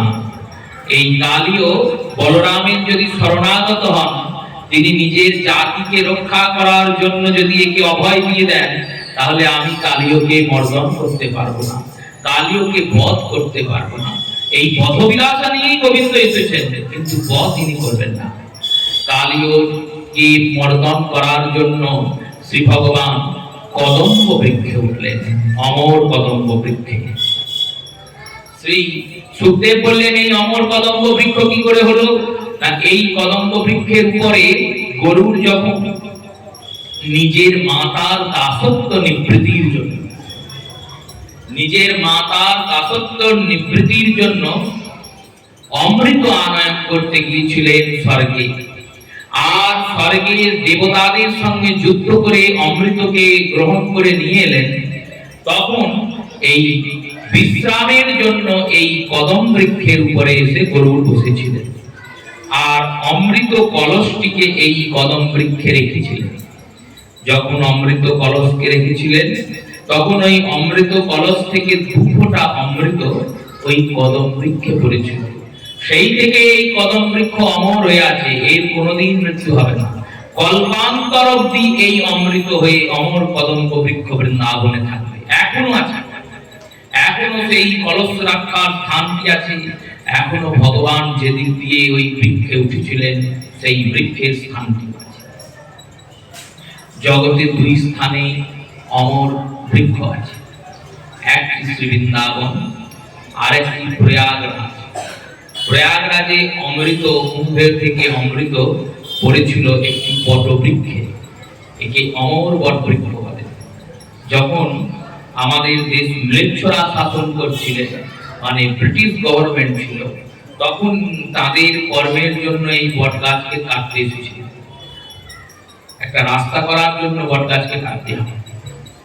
ওখানকার যারা পান্ডাজিরা ছিলেন বলেছেন কাটা হবে না, এটা অমর বৃক্ষ। অমর আবার কেউ হয়? এই অমরত্বকে নাশ করার জন্য ওই বটবৃক্ষের যে শিকড়, সেই শিকড়ে অ্যাসিড ঢালা হয়েছে। জল নয়, গরম জল নয়, অ্যাসিড ঢালা হয়েছিল। যে শিকড়টা যদি পুড়ে যায় তাহলে তো মরে যাবে। এক মাস এই কর্ম করা সত্ত্বেও বটবৃক্ষ এখনো অমর হয়ে আছে। বহু বহু অলৌকিক সাক্ষিতা ভারতবর্ষে আছে, যেগুলি প্রমাণ করে এই দেশে ভগবান এখনো আমাদের রক্ষা করছে। এই এত প্রমাণ সত্ত্বেও আমাদের কিন্তু ভগবানের প্রতি বিশ্বাস জন্মায়। আমরা এমনই জেগে ঘুমাচ্ছি যে আমাদের ঘুম স্বয়ং ভগবান ভাঙতে পারবেন না। তবু প্রয়াস। অমর কদম্ব বৃক্ষে শ্রী গোবিন্দ উঠলেন, আর উঠে যমুনার জলের দিকে তাকিয়ে বললেন, রে মূঢ় কালিও, তুমি আমার বৃন্দাবন বাসীকে, ব্রজবাসীদেরকে খুব উৎপীড়ন করছো। এই উৎপীড়নতার হাত থেকে আর তোমার হাত থেকে আমি বৃন্দাবনকে রক্ষা করব, তোমাকে উচিত শাস্তি দেব। এই বলে তিনি কালিদহে ঝাঁপ দিলেন। আর এই কালিদহে যেই ঝাঁপ দিলেন, সখারা দেখলেন কৃষ্ণ কালিদহে ঝাঁপ দিল। কৃষ্ণ কালিদহে ঝাঁপ দিয়েছে, কৃষ্ণ কালিদহে ঝাঁপ দিয়েছে, এই খবর বৃন্দাবনে ছড়িয়ে পড়ল। সুবলাদি সখারা কেউ কেউ অচেতন হয়ে গেলেন, আর যারা কোন রকমের চেতনা থাকলো তারা ছুটতে ছুটতে গেলেন যশোদানন্দের কাছে। ওগো মা নন্দরানী, ওগো নন্দরাজা, চলো চলো, বিপদ হয়ে গেছে। কি বিপদ? না, কৃষ্ণ কালিদহে ঝাঁপ দিয়েছে। কৃষ্ণ কালিদহে ঝাঁপ দিয়েছে। আমি যে ওই জায়গাকে পরিচিত করেছিলাম যে কেউ ওই জায়গায় যাবে না, তো সে তো কৃষ্ণ জানতো না। কৃষ্ণ না জেনেই চলে গেছে। আমরা খেলতে গিয়েছিলাম, আমরা ওই জল পান করে অচেতন হয়ে গেছিলাম। আমাদেরকে চেতনা দিয়ে কৃষ্ণ ওই বৃক্ষে উঠলো, আর আমাদের সামনেই ওই জলে ঝাঁপ দিল। গোটা বৃন্দাবনে আগুনের মতো খবর ছড়িয়ে গেছে। সেই খবর শুনে বৃন্দাবনে সর্বকুলের আনন্দ হচ্ছে। সর্বকুলরা আনাচে কানাচে বেরিয়ে পড়েছে, ভাবছে এবার কি হয় দেখা যায়। হয় কৃষ্ণের কালীয় দমন হবে, নয় কালীয়র হাতে কৃষ্ণ দমন হবে। কে দমন হয়? যারা ভগবানের ভক্ত তারা ছুটতে ছুটতে চলে গেছেন। আমাদের গোপালের কি বিপদ হলো? এইরকম বিপদ। ওই ভয়ঙ্কর জলে গোপাল ঝাঁপ দিল, যে জলের উপর দিয়ে পাখিরা পর্যন্ত উড়ে যেতে পারে না। পান তো অনেক দূরে, উড়ে যেতে পারে না, সেই জলে গোপাল ঝাঁপ দিল। আর যারা কৃষ্ণ বিদ্বেষী, জটিলা আর কুটিলা, তারা খোল করতাল বাজিয়ে নৃত্য করতে লাগলো। ভালো হয়েছে, লেখা ছুটেছে, বেটা মরু, মরাই ভালো। আজ যেন কালীদহ থেকে সে বেটা আর না ওঠে। রাধারানী অচেতন হলেন বৃষভানুপুরে। রাধারানী শুনলেন আমার প্রাণবল্লভের এইরকম অবস্থা।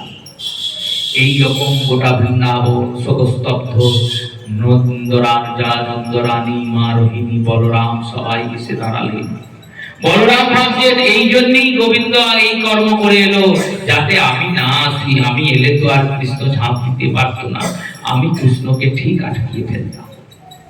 তাই আমাকে প্রবোধ দেওয়ার জন্য, আমাকে গোষ্ঠে না আনার জন্য আমার সঙ্গে ঝগড়া করে। এই সমস্ত চাতুরতা বলরাম অনুক্ষণ করছেন। আর ওদিকে কালীদহে ভগবান অবতরণ করেছেন। কালীদহে গিয়ে দেখছেন কালীয় নাগ শুয়ে আছে, ঘুমাচ্ছে। কালীয় নাগের মাথাতে গিয়ে এক লাঠি মারলেন, পদাঘাত করলেন। হে ওঠ, অনেক ঘুমলি। কালীয় নাগ মস্ত মস্ত করে উঠছে। কালীয় নাগের যে পত্নীগণ ছিলেন তারা গোবিন্দকে এসে বললেন, বাবা আচ্ছা তুমি এখানে কি করে এসেছো? আর এখানে আসার পরেও বেঁচে আছো? তোমার মায়ের চরম প্রতাপ, তোমার মায়ের চরম তপস্যা, পিতার চরম পুণ্য যে তুমি এখনো সুরক্ষিত আছো। শোনো বাছা, আমাদের স্বামী ওঠার আগেই তুমি আবার উড়ে চলে যাও, সন্তরণ করে উঠে চলে যাও, পারে চলে যাও, পৃথিবীতে চলে যাও। কারণ যদি তিনি উঠে পড়েন আর তুমি বাঁচবে না। তিনি অতি নিষ্ঠুর, ঘোর, ভয়ঙ্কর।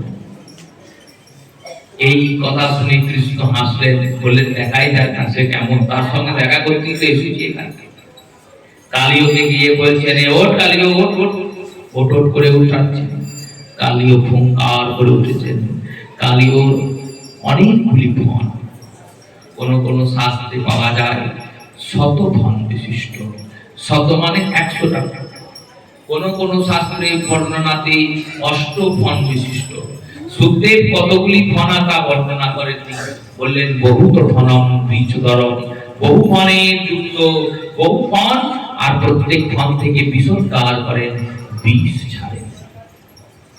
কালীয় ভগবানকে প্রথমে নিজের পুচ্ছ দ্বারা জড়ালেন। গোবিন্দ মনের আনন্দে জড়িয়ে গেলেন। এইবার কালীয় বলছে, এবার তো আমি ধরে ফেলেছি, এইবার তোমাকে বধ করবো। অন্যান্যদের যেমন লেজ দিয়ে গুছিয়ে তাদেরকে গিলে খায়, তোমাকেও লেজ দিয়ে গোটালাম, এবার তোমাকেও আমি গিলে খাবো। শ্যাম সুন্দর যখন জড়ালেন, যখন কালীয় মনে মনে চিন্তন করছে এবার কৃষ্ণকে আমি ধরে ফেলেছি, গোবিন্দ বললেন, ধরা আমি দিতাম, যদি তুমি যশোদার মতো আমায় প্রেম ডোরে বাঁধতে, আমি অবশ্যই ধরা দিতাম। কিন্তু তুমি আমায় প্রেমের ডোরে বাঁধনি, তুমি অহংকারের ডোরে, বল অহংকার, তোমার শক্তির যে দর্প, সেই দর্পে তুমি বেঁধেছ। তো তুমি ভাবছো তুমি বিরাট শক্তিমান, হতে পারো শক্তিমান, কিন্তু আমি সর্বশক্তিমান। তুমি তো শক্তিমান, মহাশক্তিমান হতে পারো, কিন্তু আমি সর্বশক্তিমান, আমার শক্তির কাছে তোমার শক্তি অতি নগণ্য, প্রমাণ করে দিচ্ছি এখনই। এই বলে ভগবান নিজের শরীরটাকে স্ফীত করতে লাগলেন। স্ফীত মানে মোটা করতে লাগলেন। এইগুলি গোবিন্দের রূপমাধুর্যের মাধুর্যতা। অগাসুরের মুখে যেমন তিনি ছোট থেকে ক্ষুদ্র থেকে বৃহৎ হয়ে গেলেন, বকাসুরকে যখন ভঞ্জন করলেন তখন যেমন পায়ে করে বকাসুরের একটি চঞ্চুকে ধারণ করে আরেকটি চঞ্চুকে বিদীর্ণ করলেন, ওই বকাসুরের কণ্ঠে গিয়ে যেমন নিজের শরীরকে অগ্নির মতো গরম করে ফেললেন, বকাসুর ধরে রাখতে পারলেন না গোবিন্দকে, সেই রকম আজকে কালীয়র পুচ্ছ বন্ধনে গোবিন্দ কালীয়র পুচ্ছের বন্ধনে বন্ধিত হয়ে নিজ শরীরকে স্ফীত করতে লাগলেন। এত স্ফীত হচ্ছেন, কালীয়র পুচ্ছের বন্ধনে আর কৃষ্ণকে ধরে রাখতে পারছেন না, আর কালীয়র শরীরের যে অস্থিগুলো ছিল, হাড়গুলো ছিল, সেগুলো মট মট করে ভেঙে যাচ্ছে। শেষে পুচ্ছ বন্ধনটা এমনিতেই খুলে গেল, হাড়গুলো ভেঙে গেছে। গোবিন্দ বেরিয়ে এলেন, আর বেরিয়ে এসে কি করলেন, বললেন বেরিয়ে এসে এক লম্ফে কালীয়র মাথায় উঠলেন, আর মাথাতে উঠে কালীয়র মাথাতে পদাঘাত করছেন, পায়ে করে লাথি মারছেন। যে চরণের কঙ্কর যাতে না লাগে তার জন্য সখারা কত চেষ্টমান, সেই ননীর মতো নরম চরণ, সেই কোমলাতি কমল পুষ্পের মতো কমল, পুষ্পাতি কোমলম, সেই কোমল চরণ যখন কালীয়র মাথায় পড়ছে, তখন কালীয়র মনে হচ্ছে যেন কেউ বাজ ফেলছে, যেন কোটি হস্তি একসঙ্গে পায়ে লাথি মারছে। হাতির পায়ের তলাটা কত নরম হয়, কিন্তু ওই হাতি যদি বুকে পা দেয় না, সঙ্গে সঙ্গে রক্ত উঠে মরে যাবে, এত তার চাপ। সেই রূপে ওই ভগবান যখন পদাঘাত করছেন কালীয়র মস্তকে, তখন কালীয়র মস্তকের পদাঘাতের ফলে কালীয়র মাথায় থাকা মণিগুলো ভগবানের পায়ের আঘাতে চূর্ণ বিচূর্ণ হয়ে যাচ্ছে, খসে খসে পড়ে যাচ্ছে। আর কালীয়র মুখ থেকে রক্ত বহন হচ্ছে, রক্তের বমি হচ্ছে কালীয়র মুখ থেকে, কালীয় রক্ত বহন করছে, রক্তের বমি কালীয় করছে, কালীয় আর উঠতে চলতে পারছে না। শেষমেশ যখন মৃতপ্রায় অবস্থা, তখন এই নাগের পত্নীরা গিয়ে কৃষ্ণের শরণাপন্ন হলেন, আর কৃষ্ণের শরণাপন্ন হয়ে বলতে লাগলেন, হে দয়াময়, হে গোবিন্দ, হে কৃষ্ণ, হে কৃপানিধান, কৃপা করুন, আমার এই স্বামীকে ছেড়ে দেন। ইনি দুষ্ট, ইনি খল, কিন্তু ইনি তো এনার বৃত্তিজাত কর্মই করেছেন, আপনাকে বধ করার জন্য তো ইনি বৃন্দাবনে আসেননি, ইনি এনার বৃত্তিজাত কর্ম নিয়েই এসেছেন। সাপের আহার রূপে তো আপনি যাদের নিযুক্ত করেছেন, আমরা তাদেরকেই আহার রূপে খাই। বৃন্দাবনের পশু পাখি এদেরকে আহার রূপে গ্রহণ করা উচিত নয়, ইনি লোভে করে করে ফেলেছেন, ভুল করেছেন, এনাকে কৃপা করে ক্ষমা করে দিন। শ্যাম সুন্দর কথাগুলি শুনছেন আর ভাবছেন কথাটা তো ভুল নয়। নাগপত্নীরা বলছেন, নাগো পত্নী কুচু নজ্জাহি দণ্ডং কৃতলসমতম ফল নিগ্রাহয় রিপসুতনামি তুলস্ত্রতমং ফল নবেসু। বললেন আপনি তো ফলকে নিগ্রহ করবেনই, যারা বিপথে যাবে তাদেরকে সুপথে আনার জন্য আপনি দণ্ড দেবেনই, কারণ আপনি তো দণ্ড দান করবেন, আপনি ভগবান।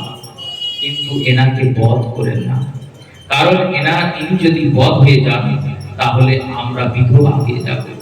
আমাদের কথা চিন্তন করে আপনি কৃপা করে এনাকে রক্ষা করুন।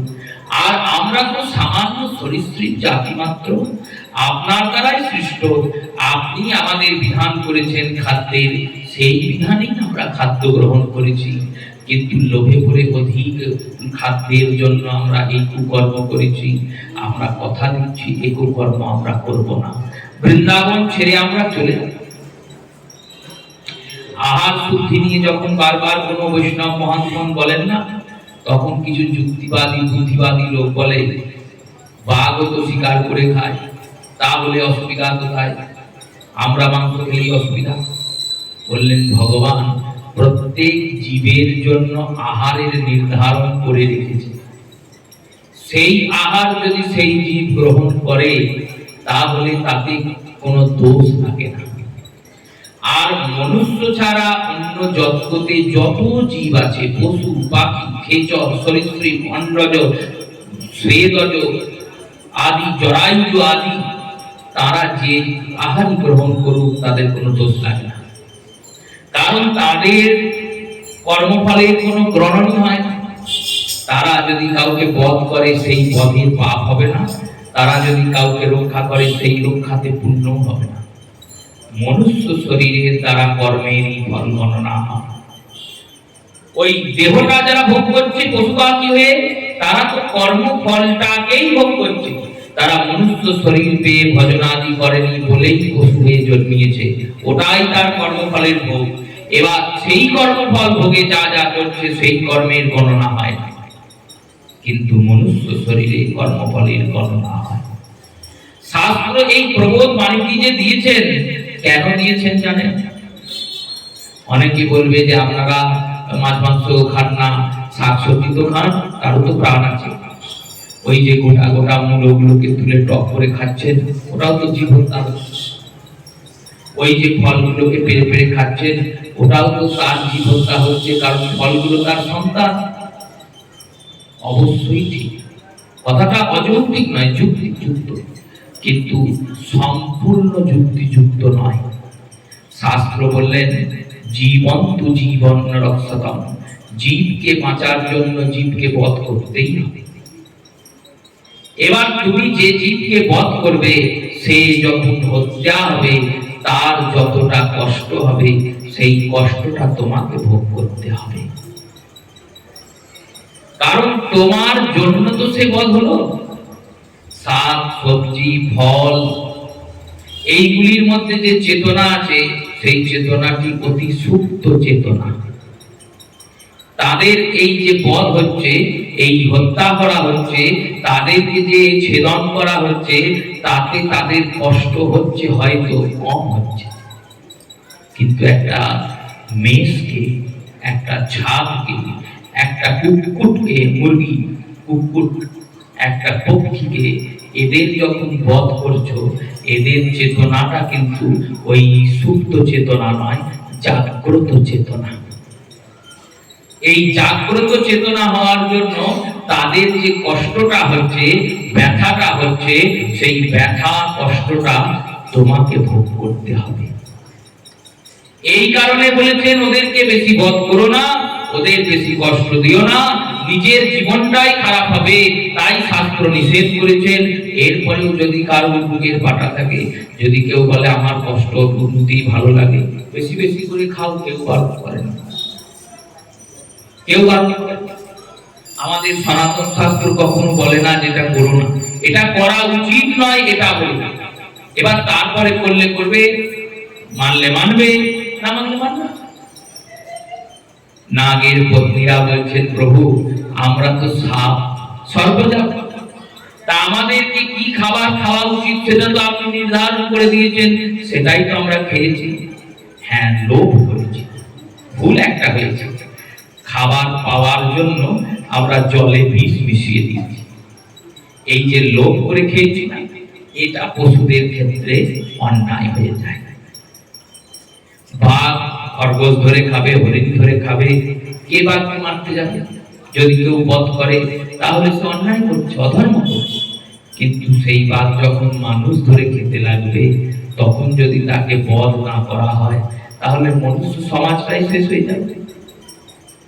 তখন তো সে অন্যায় করছে না, তখন তো বাঘটা অন্যায় করছে। একটা সাপ হেঁটে চলে কি সুন্দর যাচ্ছে, তোমার কোনো ক্ষতি করে না, তুমি একটা লাঠি দিলে দিয়ে দম দম করে মেরে দিলে তাকে, অন্যায় করবে। কিন্তু সাপটা যদি ঘরে ঢুকে তোমাকে দংশন করতে আসে, তখন তুমি অবশ্যই তাকে বধ করতে পারো। সেখানে কোনো অপরাধ নাই, সেখানে কোনো পাপ নাই, কারণ আত্মরক্ষার জন্য তুমি বধ করছো। একটা কুকুর কামড়াতে এলে অবশ্যই তাকে প্রহার করবে, লাঠিতে করে মারবে। কিন্তু একটা কুকুর নিশ্চিন্তে মনের আনন্দে ঘুমোচ্ছে, আর তুমি দেখলে বেটা ঘুমাচ্ছে, এটাই সময় যে লাঠিতে করে মারলে। এটা মনুষ্যত্ব নয়, এটা মনুষ্যত্ব নয়। বৈষ্ণবত্ব তো অনেক দূরের কথা, মনুষ্যত্বই নয়, মানুষের কাজই নয়, বৈষ্ণবের কাজ তো আরো মহান কথা। এই রূপে কালীয়র পত্নীরা বললেন, আমরা অন্যায় করেছি প্রভু, আপনি কালীয়কে দমন করেছেন, তার মুখ থেকে রক্ত বহন হচ্ছে, কিন্তু তাকে প্রাণে মেরেন না। কারণ আপনি তো এই সংসার চক্রের নির্মাণ করেছেন, আপনি তো দশচক্রের ভগবান। কৃপা করে আমাদের এই সিঁদুরটাকে রক্ষা করুন, আমাদের পতিকে বধ করবেন না। কালীয় স্তুতি করলেন। কি বলে স্তুতি করছেন ভগবানকে? বললেন, নমস্তুভ্যং ভগবতে পুরুষায় মহাত্মনে ভূতাবাসায় ভূতায়ে পরয়ে পরমাত্মনে জ্ঞান বিজ্ঞান নিধয়ে ব্রহ্মণ্য শান্ত সত্যয়ে অগুণায় বিকুরায় নমস্তুহ প্রকটায় চ। বললেন, নমস্তুভ্যং ভগবতে, হে ভগবান আপনাকে প্রণাম করি। পুরুষায় মহাত্মনে, বেদ যে পুরুষের বর্ণনা করে, সেই জগৎ পুরুষ, প্রাণ পুরুষ পরমাত্মা আপনি, আপনাকে প্রণাম করি। ভূতবাসায়, পঞ্চভূত আপনার থেকে উৎপন্ন, পঞ্চভূতের মধ্যে আপনি অবস্থান করেন, তাই সেই ভূতবাসায় আপনাকে প্রণাম করি। ভূতায় পরম পরমাত্মনে, হে পরমাত্মা আপনাকে প্রণাম করি। জ্ঞান বিজ্ঞান নিধানয়ে ব্রহ্মাণ্ড সাত্তয়ে, আপনাকে জ্ঞান রূপে প্রণাম করি। বিজ্ঞান স্বরূপ আপনি, আপনাকে প্রণাম করি। আপনি ব্রহ্ম স্বরূপ, আপনাকে প্রণাম করি। আপনি শক্তি স্বরূপ, আপনাকে প্রণাম করি। কলায় কলনাভায় কালায় রণরক্ষিণে বিশ্বায় তদপুষ্টতি তদকর্ণয় বিশ্ব হে তবে। হে কাল, কাল মানে মৃত্যু, আপনি মৃত্যু স্বরূপ, আপনাকে প্রণাম করি। কালনাভায়, মৃত্যু আপনার থেকেই জন্ম নিয়েছে, তাই আপনাকে প্রণাম করি। কাল দক্ষিণে, আর কালের উপরে আপনি অধিষ্ঠান করছেন, মহাকালের মহাকাল আপনি, তাই আপনাকে প্রণাম করি। বিশ্বায় তদতুষ্টায়, বিশ্ব স্বরূপ আপনি, আপনাকে প্রণাম করি। তদকরণ বিশ্ব হে তবে, আর এই গোটা বিশ্বের প্রত্যেক কণাতেও আপনি বসে আছেন, সেই বিশ্বের কণাতে বসকারী বিশ্ব নিবাস আপনাকে প্রণাম করি। ভূতমেন্দ্রায় মননাত্মনে ত্রিগুণাত্মাভিনে গুণস্মান স্বভাবতে নমহন্তায় সূক্ষ্মায় কুটুস্থায় বিপচতে নানান বিরোধায় বাচক সত্যয়ে নমঃ। আপনাকে প্রণাম করি, আপনি সূক্ষ্ম স্বরূপ, এতটাই সূক্ষ্ম কেউ আপনাকে দেখতে পায় না। আর কূটস্থ বিপচস্ততে, আর এতটাই আপনি অনুস্বরূপ, আর এতটাই আপনি বিভূস্বরূপ যে জগৎটাই আপনার মধ্যে সমাহিত। আপনি অনু, এতটাই অনু, এতটাই ক্ষুদ্র, কেউ দেখতে পায় না। আর আপনি বিভু, এতটাই বিভু যে সেই বিভুর মধ্যে গোটা জগৎ লুকিয়ে বসে আছে। নম প্রমণ মূলায় কবয়ে শাস্ত্র ন যোগয়ে। হে গোবিন্দ, আপনাকে প্রণাম করি, কেননা আপনি শাস্ত্রের সিদ্ধান্ত স্বরূপ, আপনি শাস্ত্র স্বরূপ। প্রবৃত্তায় নিবৃত্তায় নিগমায় নমো নমো। আপনি প্রবৃত্তি স্বরূপ, আপনি নিবৃত্তি স্বরূপ, আর আপনি নিগম স্বরূপ। নিগম মানে বেদ। নমো কৃষ্ণায় রামায় বাসুদেবাসুতায় চ প্রদ্যুম্ন অনিরুদ্ধায় সততায় পতয়ে নমো। নমো গুণপ্রদীপায় গুচ্ছনায় নমঃ চ গুণপ্রক্ষলায় গুণদ্রষ্টে সংবৃত্ততে অপ্রত্র বিহায় সর্বো স্বীকৃত সিদ্ধয়ে ঋষিকেশায় নমস্তুভ্যং মুনয়ে মৌনশালিনে পরমাত্মন সর্বভক্ষায় তে নমো অবিশ্বাসায় বিশ্বাসায় চ প্রদষ্টশ্চায় হে তবে। এই জগৎ যাকে অবিশ্বাস বলে, অবিশ্বাস মানে যাতে বিশ্বাস হয় না। এই আপনি যে জগতের সর্বত্র বিদ্যমান এটাতে বিশ্বাস হয় না, সেই অবিশ্বাসটাও আপনি। আর জগৎ যাকে বিশ্বাস বলে, ভগবান আমাকে রক্ষা করছেন, ভগবানের দ্বারা জগৎ রক্ষিত হচ্ছে, এই বিশ্বাসটাও আপনি। ত্বং হাস্য জন্ম হিস্তানং বিভগুণস্তয়ধৃক তস্যয়নং প্রতিরোধ সততং অয়েন ঈশয়। হে ঈশ্বর স্বরূপ আপনাকে প্রণাম করি। আর শেষে গিয়ে কালীও বললেন অপরাধ সৎকৃত ধর্মা শ্রবণম স্বভাব প্রকৃতজ্য ভমন্তুহস্যি শান্তত মনো মুরস্ব তত জানত। বললেন আমি অনেক অপরাধ করেছি প্রভু, আপনি তো ক্ষমাশীল, তাই আপনার চরণে আমি ক্ষমা চাইছি, কৃপা করে আমায় ক্ষমা করুন, কারণ এই অপরাধ আমি জ্ঞানত করি নাই। গরুরের ভয়ে আমি এখানে চলে এসেছি। গরুর যদি আমাকে দেখে আমাকে ভক্ষণ করবে, তাই গরুরের হাত থেকে রক্ষা পাওয়ার জন্য আপনারই এক ভক্ত, তার নাম দেবর্ষি নারদ, তিনি আমায় মন্ত্রণা দিয়েছিলেন যাও বৃন্দাবনে গিয়ে প্রবেশ করো, তাই আপনার এই ধামে এসেছি, কৃপা করে আমাকে জীবন দান করুন। ভগবান বললেন শোনো কালীয়, আজকের পর থেকে গরুর আর তোমায় মারবে না। কেন মারবে না? গরুর কোনো বৈষ্ণবকে মারে না। বললেন আমি বৈষ্ণব হলাম কি করে? রয়েছে তুমি আমার বন্দনা করলে, আমার বন্দনা তো আমার ভক্তরাই করে, ভক্ত হয়ে গেছো, আর ভক্ত হয়ে গেছো বলে তোমাকে আমি একটা চিহ্ন দিলাম। কি চিহ্ন দিলাম? বলে এরপর থেকে যখন গরুর তোমাকে দেখবে না, গরুরকে দেখে ফনা তুলে তেড়ে যেও না। ফনা তুলে তেড়ে যাবো না, নিজের রক্ষা করবো না। বললো না, গরুরের সঙ্গে তুমি রক্ষাতে পারবে না, গরুর আমারই লোক তো, গরুরের সঙ্গে যুদ্ধে পারবে না। তাহলে কি করবো? গরুর এলে গরুরের কাছে মাথাটা নত করে দেবে। গরুরের কাছে মাথা নত করে দিলে তো গরুর আমায় খেয়েই নেবে। বললো না না, খাবে না। গরুরের কাছে যেই তুমি মাথা নিয়ে দেবে, দেখবে গরুরও তোমার সামনে মাথা নিয়ে দেবে। কেন প্রভু মাথা নিয়ে দেবে? বললো তোমার মাথাতে আমি আমার চরণ চিহ্ন করে দেব, তোমার ওই প্রত্যেক ফনে ফনে আমি চরণের চিহ্ন করে দিলাম। আর এবার তোমার ফনের উপর আমি নৃত্য করব। এই নৃত্য করব বলে শ্রী ভগবান মুরলীটিকে ধরলেন। যখন কালীয় রক্তবমন করছিল, তখন সেই রক্ত যমুনার জলে উঠেছিল, আর সেই জলে রক্ত ভেসে ওঠাতে নন্দরানী ভীত শঙ্কিতা হয়ে অজ্ঞান হয়েছে।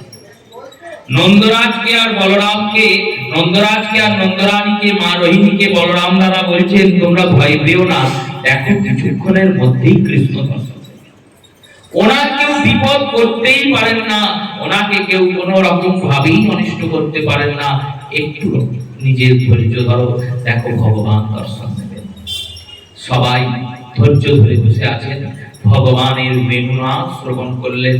বলরাম বলছে চুপ করো, চুপ করো, সবাই কেঁদো না, শোনো শোনো শোনো। বললো কি শুনবো? ওই যে বাঁশি বাজে, ওই বাঁশির শব্দ শোনো। বাঁশির শব্দ শুনলেন। কিছুক্ষণ পর দেখলেন যমুনা থেকে ময়ূরের উচ্ছটি উঠছে। তার কিছুক্ষণ পরে ভগবানের শিরদেশ প্রকট হলো, তার কিছুক্ষণ পরে ভগবানের বদন, আর তার কিছুক্ষণ পরে সম্পূর্ণ গোবিন্দ, আর তার কিছুক্ষণ পরে কালীয় নাগ প্রকট হয়েছে। কালীয় নাগের উপরে গোবিন্দ দাঁড়িয়ে আছে। বলি কালীয় দমন ভগবান কি। কালীয়কে দমন করলেন গোবিন্দ। এবার বাঁশি বাজাচ্ছেন আর কালীয়র ফনে ফনে নৃত্য করছেন।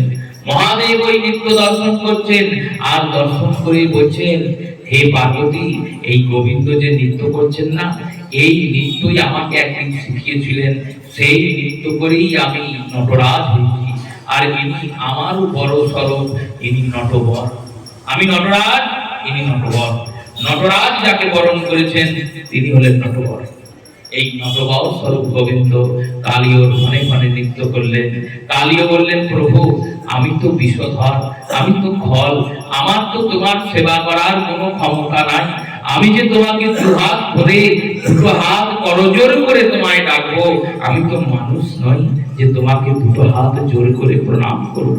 তাই তোমার চরণে আমি চুম্বন স্বরূপ দংশন করলাম। আমি তো দাঁত দিয়েছো, আমাকে তো কিছু দাও তোমার বন্দনা করার মতো। আমার নেত্রটা এমন করে দিয়েছো যে নেত্র দিয়ে জল বেরোয় না, সাপ কোনোদিনও কাঁদে না। আমার নেত্র এত কঠোর, আমার চোখ দিয়ে জল বেরোয় না। তাই তোমার চরণ যে ধুয়ে দেবো, আমার তো চোখে জল নেই, কি দিয়ে ধোয়াবো চরণ? তাই বিষ দিয়ে চরণ ধোয়ালাম। গোবিন্দের চরণ কালীয় বিষ দিয়ে ধোয়ালেন, আর গোবিন্দের চরণে চুম্বন করলেন, দংশন করলেন। গোবিন্দের গলাতে দংশন করে দংশনের মালা, গোটা শরীরে দাঁত বসিয়ে কামড়ে কামড়ে কৃষ্ণের শরীরে মালা। গোবিন্দ তাও হাসছেন, ভাবছেন তুমি তোমার মতো তো সেবা করছো, তোমার এই এত বিপরীত পরিস্থিতি থাকা সত্ত্বেও সেবা অভিলাষ তো জেগেছে। আর মনুষ্যের তো এত অনুকূল পরিস্থিতি, এত সুন্দর দেহ দিয়েছি তাও ভজনা করে না। মনুষ্যগণ শিক্ষা গ্রহণ করুক যে কালীয় সাপ হয়ে নাগ জাতিতে জন্ম নিয়েও কৃষ্ণ সেবা করার চেষ্টা করছে, আর আমরা এত সুন্দর দেহ করেও কৃষ্ণ হচ্ছি না। সর্বশেষে কালীয় নাগ বললেন, আমার কাছে একটাই বস্তু আছে খুব দামি, কি না আমার মাথাতে যে মণিগুলো আছে, এই মণিগুলো খুব দামি, এই মণিগুলো আমি তোমার চরণে দিলাম। গোবিন্দের চরণে মণিগুলো দান করলেন, গোবিন্দকে প্রণাম করলেন। কালীয়কে বললেন, যাও বৃন্দাবন থেকে চলে যাও। কালীয় সব অংশ নিয়ে বৃন্দাবন থেকে প্রস্থান করলেন।